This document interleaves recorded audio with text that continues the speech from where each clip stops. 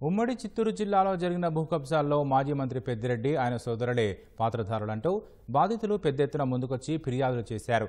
మొత్తం 24 మండలాల నుంచి 482 మంది బాధితులు ముందుకు రాగా వాటిలో ప్రైవేటు భూముల కబ్జా, ప్రభుత్వ భూముల ఆక్రమణ, 22A RORకు జాబితాలకు సంబంధించి 376 ఫిర్యాదులు అందాయి. ఇందులో పెద్దిరెడ్డి ఆయన సోదరుడు ద్వారకానాథ్ రెడ్డి అనుచరులు ఇతర నేతలు ప్రభుత్వ ప్రైవేటు భూముల్ని ఆక్రమించారంటూ 229 మంది ఫిర్యాదులు ఇచ్చారు.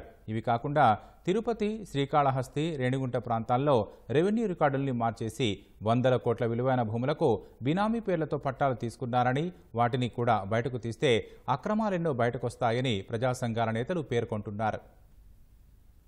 మదనపల్లి ఘటనతో అక్కడి భూ బాధితుల నుంచి రెవెన్యూ శాఖ ప్రత్యేక ప్రధాన కార్యదర్శి సిసోదియా స్వీకరించిన ఫిర్యాదుల్లో బాధితుల సంఖ్య భారీ స్థాయిలో ఉందని అధికారుల నివేదికలు చెబుతున్నాయి.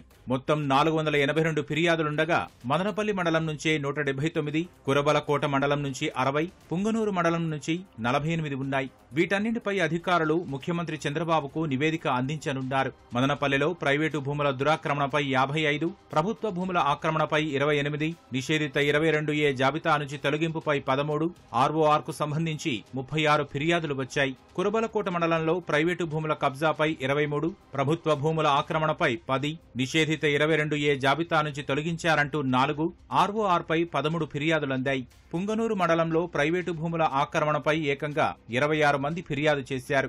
బి కొత్తకోట, నిమ్మనపల్లి మండలాల నుంచి 22 చొప్పున, చౌడేపల్లి 20, మొలకల చెరువు 18, పీలేరు 17, కలికిరి 16, పెదతిప్ప సముద్రం 12, వాల్మీకిపురం మండలంలో 11 మంది ఫిర్యాదులిచ్చారు. ప్రభుత్వ ప్రైవేటు భూముల ఆక్రమణలకు సంబంధించి 229 ఘటనల్లో వైకాపా నేతలు, ఇతర పార్టీల నేతల ప్రమేయం ఉందని అధికారులు గుర్తించారు. పెద్దిరెడ్డి రామచంద్రారెడ్డిపై 20, పెద్దిరెడ్డి ద్వారకానాథ్ రెడ్డిపై 8, వి మాధవిరెడ్డిపై 9, ఇతర వైకాపా నేతలపై 27, పేర్లు ప్రస్తావించినవి 69, ఇతరుల పేర్లతో 96 కలిపి మొత్తంగా 229 ఫిర్యాదులు వచ్చాయి.